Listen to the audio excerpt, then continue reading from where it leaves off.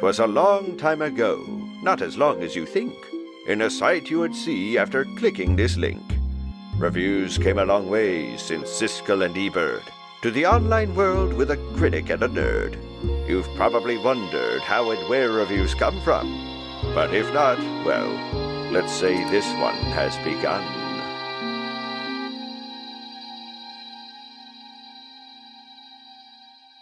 Hello internet viewers, I'm the Fairly OddGamer. As you can tell from my Santa hat, this is another Christmas review. And you might be asking why my shirt has a cool design on it. I'm glad you asked, because today I'm going to talk about The Nightmare Before Christmas. Originally written as a poem by the film's producer Tim Burton, the film would be planned to be released as a short film but to no avail. It wasn't until 1990 when he made a deal with Disney to make the small project into a full-length motion picture directed by Henry Selick. When the movie premiered in 1993, 2 days before Halloween, it was met with both a critical success with 95% on Rotten Tomatoes and a financial success with $76 million at the box office. Since then, it's been aired on television as not only a Halloween special, but also a Christmas special. And of course, with every other well-known movie at the time, you'd expect to see a video game tie-in. While the film did make a video game appearance in 2002 with Kingdom Hearts, it wasn't until 3 years later when we would finally get a game based on the movie. That game is The Nightmare Before Christmas, Oogie's Revenge. Does it follow to the film's success? Let's find out. We see that the game was made by Capcom, the company known for Mega Man, Street Fighter, and most importantly, the DuckTales games. Anyway, the game starts off in the same way as the movie, with a narrator again showing how and where holidays come from. While the game perfectly replicated the scene, it seems a bit foggy to me. So another Halloween has come to an end, as Jack once again doesn't enjoy having the same Halloween every year. He then goes to the doctor and tells Finkelstein that he wants a new Halloween. A fresh, new, and improved Halloween, Doctor. After last year, we can't just do the same old thing. We should all be inspired to do something different. We need new scares, new ideas, new discoveries. So Dr. Finkelstein hands him the Soul Robber, which becomes attached to Jack's right wrist. Though, to be honest, it looks like one of those sticky hand toys you find at one of those cheap dollar store places. Jack decides to leave town to find new discoveries for next Halloween, when suddenly Lock, Stock, and Barrel arrive. Jack's leaving town. Now we can bring back Oogie. Yeah, how hard can it be? Well, we'll find out soon enough. So on December 23rd, Sally tries to send Jack a message via magical paper airplane. When all of a sudden... Hurry, Jack! On to the first level, or chapter if you will, Jack's Return. Jack returns to Halloween Town the next day as he finds skeletal monsters that try to destroy him, which Jack manages to kill courtesy of the Soul Robber. He then finds Mr. Hyde as Jack begins to wonder what had happened while he was away. So apparently Lock, Stock, and Barrel, the ones we saw earlier, managed to sew up Oogie Boogie back together again. Bugs, bags, and all. Oogie is back. Apparently Jack, in the mind of Dr. Finkelstein, wanted a dangerous Halloween, with booby traps set up. However, loads of ghosts, ghouls, and skeletons began attacking the citizens of Halloween Town to the point where it was no longer safe to be on the streets. This is a disaster. I've got to find the doctor. So it's up to Jack to stop Oogie and save the town from any harm. Now before I move on, I'd like to point out that the gameplay is very similar to, if not exactly, like another Capcom game series called Devil May Cry.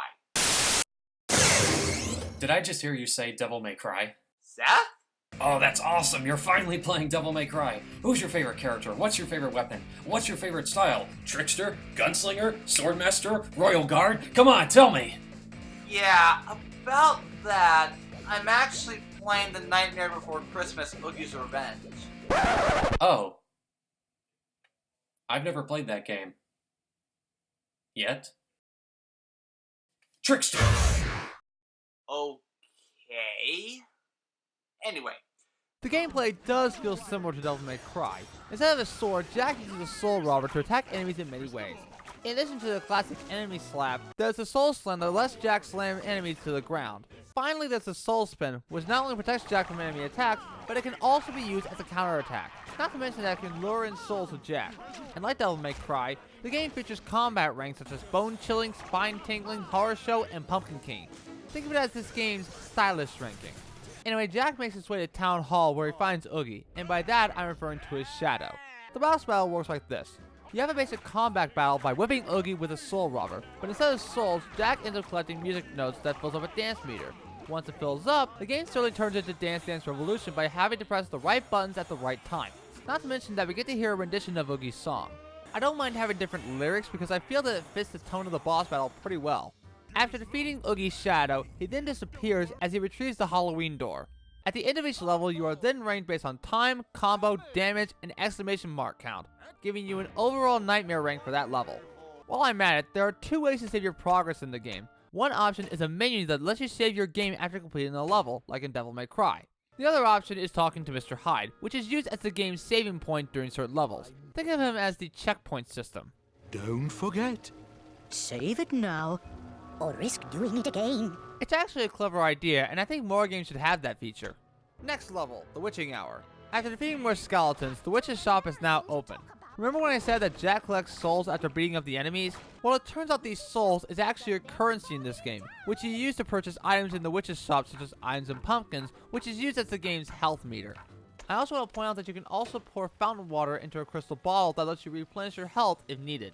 Anyway, Jack finds the corpse kid, who tells Jack that the clown with the tearaway face has the key to open the main gate to the graveyard. After finding Clown in the sewer, which is one of the hidden areas in the game, Jack beats up more skeletons as we find out that Clown may have lost the key. Or at least what he remembers. Did I eat it? I'll open the gate once I find it. Clown does end up finding the key, which then opens the main gate to the graveyard. On to the next level, the Hanging Tree. After Jack enters the graveyard, he then finds the Hanging Tree, who tells Jack that his hanging men may have scattered around the graveyard after hearing about Oogie. I'm afraid that hanging men aren't very brave. But before doing so, Jack needs help from his loyal, ghostly companion, Zero. When suddenly Lock, Stock, and Barrel arrive via bathtub as Jack tells him to return Halloween Town back to normal. Why would we do that? The fun has just begun!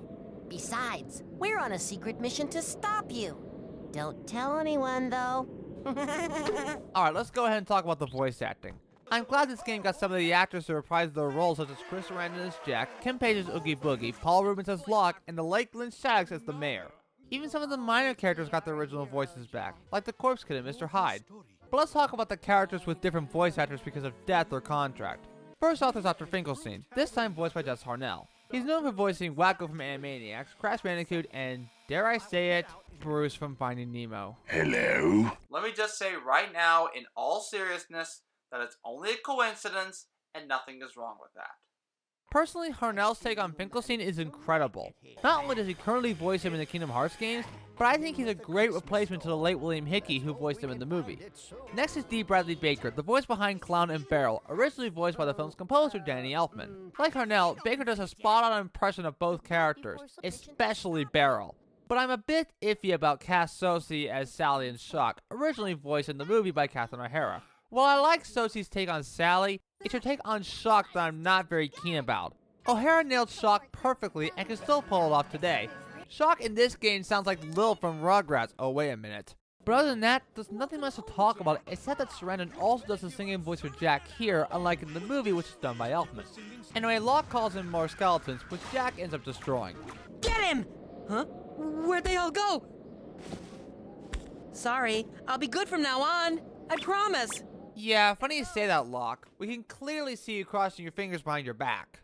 So with the help of Zero, Jack finds all the hanging men that have been scattered around the graveyard, quivering with fear. Also, if you press the select button, it gives you a map on where any objective is located at. It can make each level much easier for you. Also, pressing the start button lets you use your items as well as finding new information about each weapon as well as different characters you encounter. Next chapter, Grave Danger. The Hanging Tree thanks Jack for finding all the hanging men as Jack finds out the monsters are attacking from inside the tombstones, which he closes up courtesy of his soul robber. Jack then receives Sally's paper plane letter telling him to return to Halloween Town as soon as possible, which suddenly disappears, as the Hanging Tree tells Jack about the burial chamber. It's the largest grave in this area. It's infested with spiders and cobwebs. How romantic. On to the next level, the Crypt Keeper. Jack makes his way to the burial chambers, but suddenly Locke returns for some reason. Why do you always have to spoil our fun? This is the last time you'll get in our way! Jack defeats Locke as well as Oogie's minions, as once again Locke promises to never serve Oogie again while crossing his fingers behind his back. Anyway, Jack goes through a maze-like corridor filled with ghosts and spiders. Speaking of which, Jack finds Sally as she gets entangled into a web made by a giant spider. He manages to shrink the giant spider by simply swiping its back and defeating multiple spiders, therefore inflicting damage onto the spider. The lower the spider's health, the smaller the spider gets. Jack defeats the spider, now normal size, as he saves Sally from the spider's entanglement. Oh, and Jack retrieves the Valentine's Day door. Sally tells Jack to rescue Dr. Finkelstein and gives him the key to his manor. We're all safe now that our Pumpkin King has returned. Pumpkin King? Sally, that's it! What's it? I am the Pumpkin King, and I can use my pumpkin fire to fight Oogie and his army. I think now would be a good time to talk about the Pumpkin King power-up. He can use fire to burn enemies as well as obstacles. However, it uses red tokens called Fire Souls that lets Jack perform special attacks. And that's pretty much it. Next chapter, the Doctor's Hunch. Jack makes it to the Doctor's lab, but manages to find Igor. No, it's pronounced Igor. But they told me it was Igor. Well, they were wrong then, weren't they? Unfortunately, Igor can't let Jack through because if he did... No biscuit! Igor tells Jack that he can get a biscuit from the witch's shop, and Igor agrees to let him pass only if Jack gives Igor a biscuit. Once Jack makes his way to the shop, he's then immediately stopped by Shock. Just like Locke, Shock calls up ghosts that Jack ends up defeating.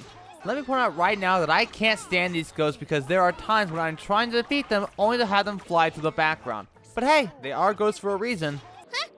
Where'd they all go? Time to scram!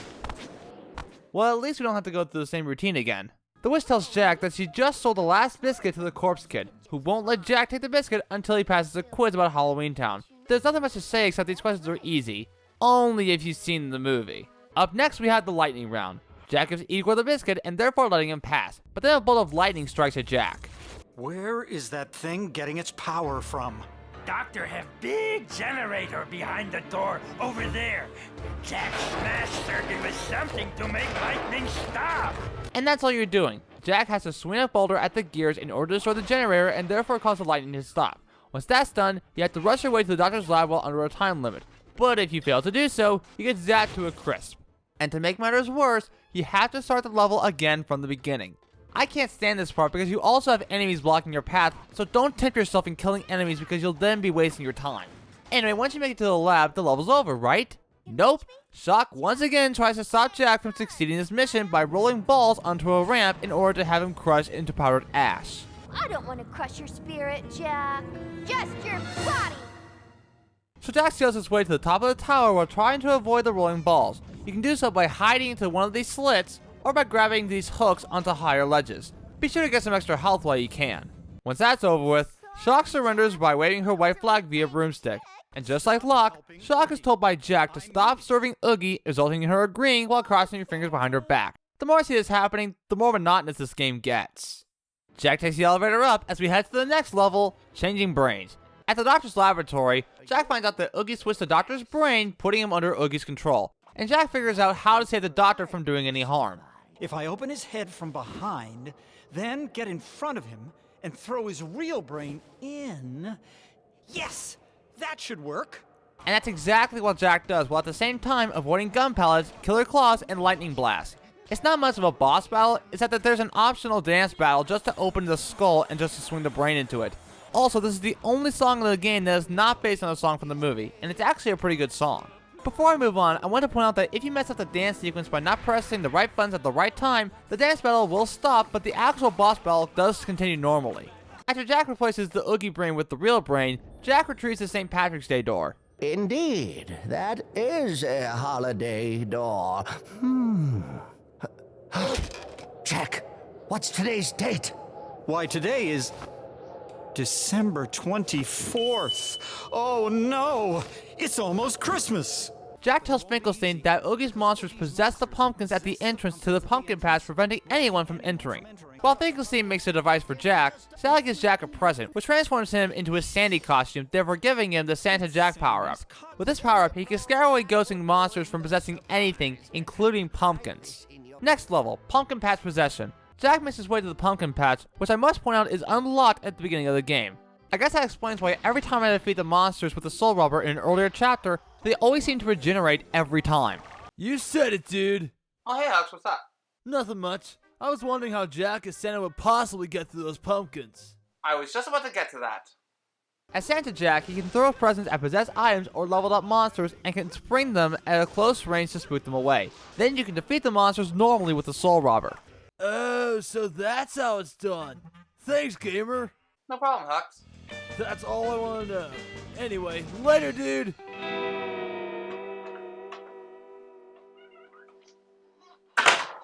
After that, Jack finds Behemoth as he tells Jack about the pumpkin patch and what has happened to it. When suddenly...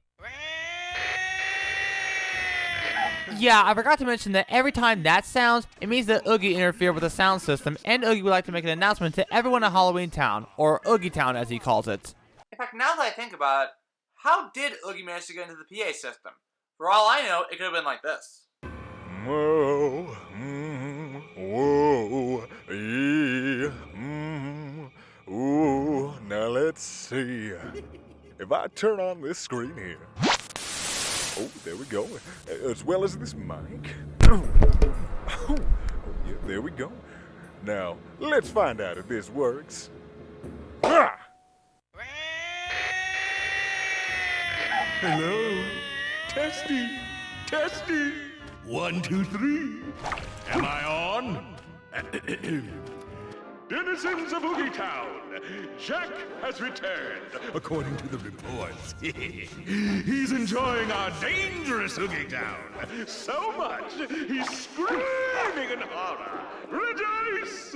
This is all thanks to your efforts. Or something like that.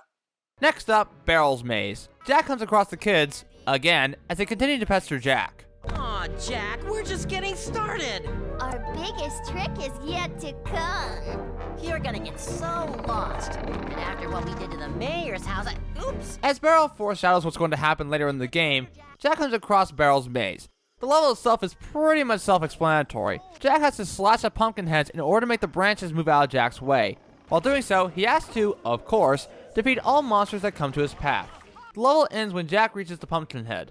Next level, Peril in the Pumpkin's Head. Jack finds ghosts that are attacking within the giant pumpkin head that looms over the pumpkin patch. Jack jumps into the pumpkin head as he defeats all the ghosts and skeletons along the way while making his way down to the bottom of the pumpkin head. He then finds Barrel eating pumpkins with a bunch of skeletons. What? You made it through my maze? Now, Barrel, it's time I taught you a lesson. In this battle, Barrel has a slingshot, which he uses to inflict damage onto Jack. It's pretty much the same battle with Locke from earlier, so there's nothing much to add. Jack retreats to Thanksgiving door as Jack yet again gives his stop serving Oogie warning, only this time to Barrel. Now, no more serving Oogie. Okay, Jack. Well, at least he didn't cross his fingers behind his back, so he's gotta be trustworthy at the very least. Oh, you gotta be kidding me! Why must this be tedious every time? Anyway, next level, Runaway Clown. Jack makes his way to the town plaza and unlocks the gate to the residential area. Speaking of which, you have to press the start button to go to your items menu and selecting that item, like a key for example, in order to use it. Once he's there, the Big Witch tells Jack about Clown's unicycle going completely out of whack. But how exactly did that happen? It seems those Oogie baddies installed some kind of engine in Clown's unicycle. So Jack tries to spook the Clown via Christmas present. While it does stun him, it doesn't stop the engine from running. After figuring out that Dr. Finkelstein has lots of tools to help the situation, Jack makes his way to the doctor's laboratory and finds an all-in-one tool that can fix almost anything. So back to the residential area, Jack once again spooks the Clown, only this time Jack takes the tool and removes the engine from the unicycle. Clown tells Jack that he saw some of Oogie's monsters heading toward the Vampire Brothers' house when his cycle went psycho. On to the next chapter, the Vampire Brothers. Jack finds out that the Vampire Brothers are also under Oogie's control by having them transformed into bats. All that Jack has to do is lure the bats into the presence, spook them, and quickly grab them at the right time. Jack then takes the bats into the coffins where they not only become vampires once more, but they also give Jack a piece of the key to the mayor's house. After Jack saves all 4 of the brothers as well as retrieving the key to the mayor's house, they reveal Oogie's plan to Jack. By capturing all the holiday doors, including the Christmas door, as well as all the leaders of each holiday in order to become the 7 Holidays King. The 7 Holidays King? This is intolerable! Next level, the Mayor's Madhouse. Jack makes his way to the Mayor's house as he places each piece of the key together to form the Mayor's face. Once that's done, he then finds the Mayor trapped in a cage dangling from a sideways pole looming above Halloween Town. All Jack has to do is scale the house and rescue the Mayor while fighting Oogie's goons. The Mayor tells Jack that he saw some of Oogie's minions on the roof that might possibly lead to finding the holiday door. By the way, I want to point out that unlike the other levels where the ballad music is a rendition of This Is Halloween, the ballad music for this level is a rendition of Making Christmas entitled Take Our Town Back. I like to think of it as the citizens cheering on for Jack as he tries to save Halloween Town from Oogie's terror. Which leads to the next level, Rooftop Rumble. Jack makes it to the roof as he comes across, who else? Lock, Shock, and Barrel. Another round, Jack? As if you had a choice! It's time you three learned all games must come to an end. Especially this one. Not since this phase has Jack ever become more intimidating as well as frightening. Jack yet again fights Lock, Shock, and Barrel. Only this time, it's a legitimate boss battle with musical notes that lead to a dance battle against the trio. At the same time, we get to listen to Hail to Mr. Oogie, which is the same tune as Kidnap the Sandy Claus. And I'm not gonna lie, this is my least favorite song in the game. I just don't think this song is as memorable as the one from the movie. Jack first has to disable the trio's tubmobile and then defeat the trio. Once that's done, he retrieves the Independence Day door. It's now Jack's turn to intimidate the three pranksters, but it turns out they have something else down their sleeves. The trio yell out, "Trick or treat!" as they stomp on a button that activates a drop hole that Jack falls into. Looks like he really fell for that one. Up next, we have the Grizzly Gauntlet, my most hated level of the game. I say this because every time Jack falls into the lava, you then get sent back to the beginning of that section. And before I forget, if Jack loses all of his health and then die, we see Jack on the Angel Gravestone as seen in the movie. Think of it as the continue screen you see at an arcade. If you choose to continue, you replenish your health, but it would cost you a certain percentage of your souls. I actually like the idea because it lets you, the gamer, decide whether or not to spend your currency on continuing your game. Anyway, Jack has to scale the gauntlet as he makes his way to the Cage King's room. So as you can see, this is where Oogie's been hiding all the holiday leaders this whole time. And so far, we only managed to find 5 of the 7 holiday leaders. What? I think by this point, Oogie's... Now how is this possible? It seems Jack has not only figured out my plan, but he's also found out where I've hid the holiday leaders. Gah! Snake Eyes! Ugh, I gotta stop him before it gets worse for me. But first, maybe I should take a peek on who's been playing my little game. Oh, yes.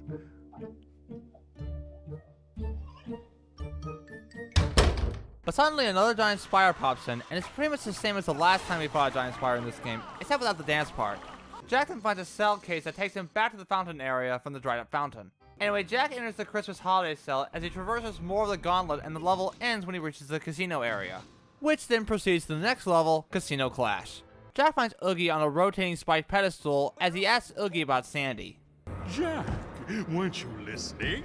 I said I had a debt to repay old Sandy Claus. A debt I'm going to pay back in person. As Oogie tells Jack that he hit the Christmas store someplace nasty, he opens up the Oogie Casino. Also, it's nice seeing Oogie in his neon green color as well as the casino itself because it looks almost exactly like the one from the movie. What are we gambling for, you ask? Nothing all that valuable. Just your life. Cue the music! The boss battle against Oogie does feel similar to the last Oogie boss battle with another rendition of Oogie's song as well as another dance battle if you manage to collect enough music notes. But there's more to it though. Jack can destroy these animatronic sword-wielding cars as well as swinging at shooting gunmen. Swinging them enough times will have them backfire and shoot at Oogie instead. There's also these exploding dice, which Jack can swing at Oogie to inflict damage on him. Also, if Oogie managed to suck out one of the bombs, Oogie's insides would explode, causing him to be stunned, giving Jack more time to attack him. So Oogie is defeated, but somehow not out of it. For he who has the last laugh wins! It turns out that Jack actually defeated Oogie's shadow, and we find out that the real Oogie is in Christmas Town.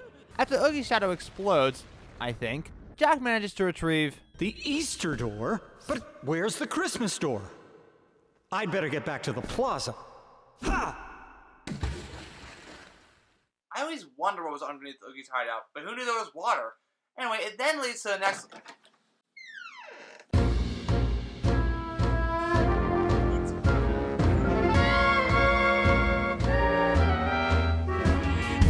Well, what do we have here?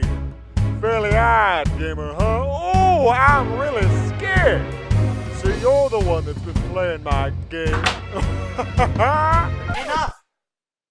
I don't want to get copyright for this. Oh, come on!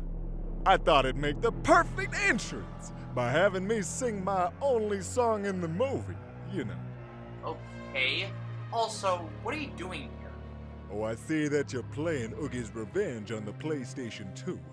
And I've noticed that Jack is spoiling your plans to become the Seven Holidays King by recovering the holiday doors as well as returning the holiday leaders to where they belong. Well, aren't you good at this? Thank you. So, what do you think of it? I haven't finished it yet. Oh. But I am liking it so far. I feel this game is a good follow-up to the movie it's based on. Well, glad to see you having fun. Now, while you continue your game, I've got a bit of a debt to pay to old Santa Claus. Let me guess. A debt you're willing to pay in person? Exactly. See you later, gamer.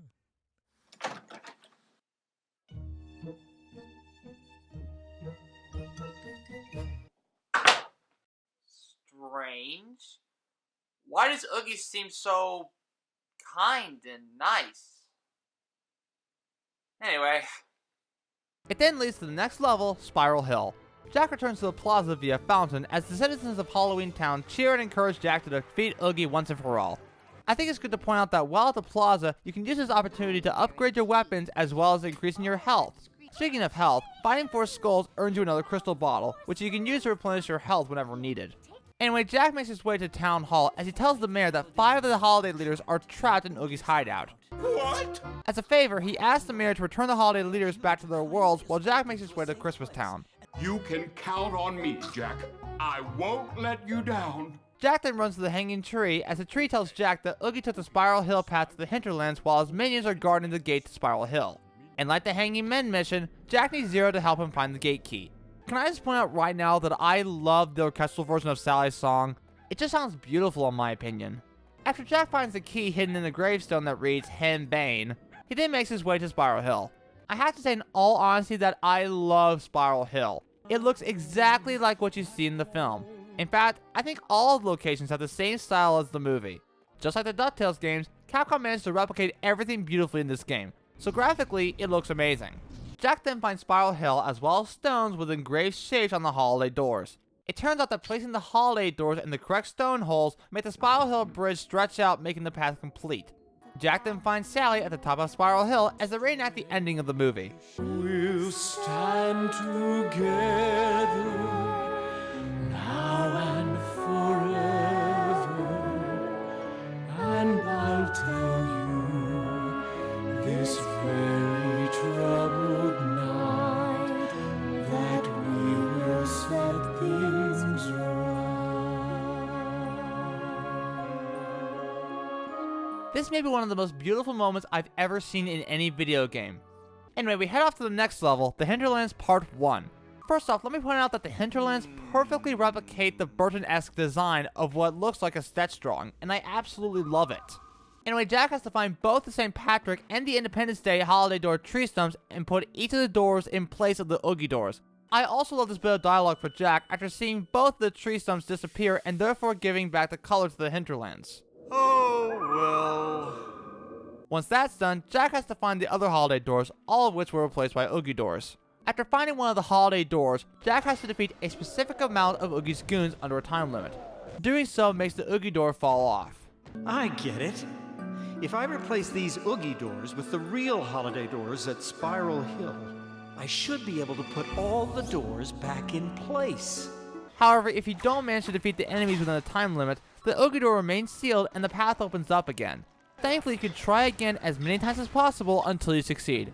Out of all the holiday doors, the Halloween Town door is the most difficult, not only because of the short time limit, but also because of these ghosts that I despise so much. But other than that, there's really nothing much to add. After retrieving all the Oogie doors, Jack makes his way back to Spiral Hill as he replaces them with the real holiday doors in order to keep the Spiral Hill bridge intact. Moving on to the next level, Fire and Ice Frenzy. More than 10 years before Sonic Boom and Fire and Ice became a thing. Jack wanders around Spiral Hill when suddenly these two monsters suddenly appear. It's a simple boss battle, but with the fire and ice monsters. And at first, it's similar to how you fight the other giant monsters by slashing behind their backs with the Soul Robber and sometimes defeating them with their own weapon. That is until they transform into Phantom Mode, which are spooked by Santa Jack's trap presence. But once the monsters hit you, you then feel dizzy for a few seconds. Once they're defeated, Jack finally retrieves the Christmas holiday door. Now I have all the holiday doors. I've got to hurry to Christmastown. How could this be? I had a strong feeling these monsters would have killed Jack instantly. No matter. He still can't defeat me. I'm still in Christmastown raising chaos and havoc among the citizens. Note to self. Hide the Christmas door someplace nastier. Next level, the Hinterlands Part 2. Jack goes back to the Hinterlands, only now he has to place the real holiday doors back to their proper places. Then he makes his way to the 7 holiday circle where the Christmas door is located at. After Jack replaces the Oogie door with the real holiday door, Jack gets sucked into Christmastown via snowflakes. Then he falls the same way he did in the movie. Speaking of Christmastown, it happens to be the next level. In Oogie's hideout, the mayor has just rescued all the holiday leaders. And for those who are wondering, yes, those are the bags that Lostock and Barrel used when they kidnapped Sandy. And the Easter Bunny. Meanwhile, Jack arrives at Christmastown, and it's up to him to save the town from Oogie's control. Oh no! I've got to hurry! So Jack has to find ornaments that are needed to fix the Christmas tree, which somehow became an Oogie tree. And exactly how and where can you find these ornaments? By destroying carousels, slashing on trees, and defeating Oogie's goons in the houses of elves by lighting up lanterns via fire, or using the soul grab while riding on trains. And that's pretty much it from what I can tell. On to the next level, saving Sandy. Jack makes his way to the Christmas Junction when guess who shows up? Merry Christmas, Jack! It turns out that Oogie tied up Sandy and leaving him hanging by a rope. However, an Oogie train comes near with a knife that's set up to cut the rope, which could result in killing Santa. So to prevent it from happening, Jack has to switch the train's tracks and stop the train using both a Soul Robber as well as Phantom Jack.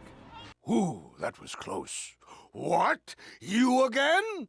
Sandy, it's not... Well, you see, I'm truly... Ah! Can't anyone perish around here? After one of the elves secretly dropped one of the trap gifts onto Santa's sleigh, flown by Oogie, Sally arrives in Jack's sleigh that he used when he tried to be Santa that one Christmas Eve when the real Sandy was stuck with Oogie. Also, Sally tells Jack some great news. Jack, the mayor returned all the holiday leaders back to their worlds. That's great news, Sally, thanks! Now all that's left to take care of is Oogie. Which leads to the final level of the game, taking out the trash. While Oogie flies Santa's sleigh, the holiday presents scare the moonlight out of Oogie as well as the reindeer as he falls into Holiday Trash Hill, which Oogie doesn't take very well. As a result, Oogie uses telepathic energy to call in more bugs in the same way as Goku gathering up ki to make himself stronger, making him turn into... Sandy, I'll take care of Oogie. You hurry up and deliver those presents. Gladly. Merry Christmas, Jack. Ho, ho, ho. It starts off with a classic combat battle as normal. Jack notices gas spewing out in these pipes, which he can use to his advantage with his Pumpkin Jack ability. With it, he can set Oogie blazing his way to a fiery grave. And if that doesn't work, you can always attack him with a Soul Robber. Once defeated, he then falls to the ground. But suddenly... Oh, Jack, I'm just getting started. And to no surprise, the second tier is, of course, a final dance battle against Oogie. This is without a doubt the most difficult dance battle in this entire game, and here's why. As I mentioned before, the regular dance battles stop if you mess up the dance too many times. But if at any time you mess up in this dance battle, you end up losing your health. And if you die here, you don't go straight back to the dance battle. Instead, you have to start the entire level all over again. But your health does replenish when you start the dance battle, so I'm okay with that. However, I have to say right now that this is the best version of Oogie's song I've ever heard in my life. And don't get me wrong, I'll always love the song from the movie, but this version takes the cake. Also, Jack can even transform into Santa Jack as well as the Pumpkin King in different portions of the song, which I like. Nothing else to say except that it's pretty awesome. So Jack defeats Oogie once and for all as Oogie barfs up his bugs.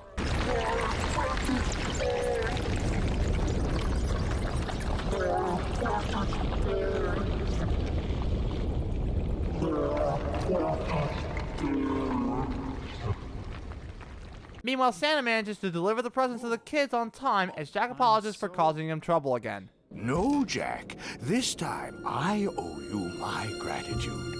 Thank you for saving my life. So Santa makes his way back home to Christmas Town as Jack returns to Sally at Halloween Town. You know, it's strange. Whenever I set out to find something new, my eyes are open to a larger world. Just like the movie did. So Jack decides not to leave again because all of his adventures come close to home. And the game ends, how else, exactly like the movie. But there is one more thing I want to talk about before I end the review, and that is Jack's house. Jack's house has extra features such as artwork, clips from the game, and even a closet that lets Jack change into different costumes like his pajama outfit. Plus there's a chalkboard showing his unfinished formula to Christmas, which is a nice touch. And that's pretty much it. But you're forgetting one thing. What is it, Oogie? Even though Jack managed to defeat me again, I can still call upon Lock, Shock, and Barrel to put me back together again. Hey, Gamer, did I miss anything? Miss what? Whoa! Gamer? What is that? Well... Let me tell you something, Mr. Furball. I'm Oogie Boogie, and gambling is my game. Yeah, what he said. Also, to answer your question, Hux, I did finish Oogie's Revenge. And what did you think of it? And how was it, Game Boy? Well, if I'm gonna be honest, I actually love this game. I have to hand it to Capcom. They managed to put in as much effort as possible to make this game feel as if you're watching or playing the definitive sequel to the movie. Graphically, it looks incredible. Each of the main worlds look very similar, if not exact, to the film it was based on, especially Spiral Hill and the Hinterlands. I even like the designs for the new locations like the Doctor's Lab and the Graveyard. As for the gameplay, it does feel similar to Devil May Cry, but there are some things that DMC would not normally have, like the dance battles. While it does have some challenging moments here and there, even the monotonous ones, I don't think it affects the game as a whole for me. I also love the game's music because it perfectly replicates the Danny Elfman score from the film. Overall, Oogie's Revenge is a fantastic game for anyone who is interested in the hack and slash genre who also happens to be a Nightmare Before Christmas fanatic.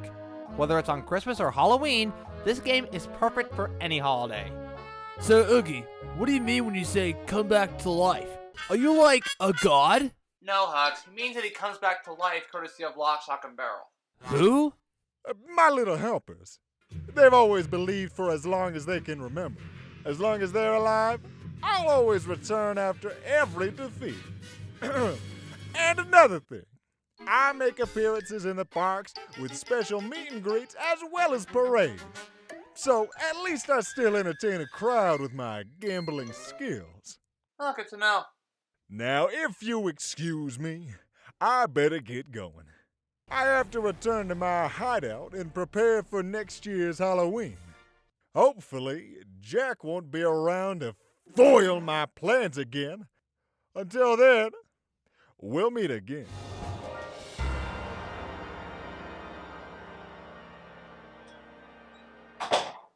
Gamer, I still have no idea who that guy is.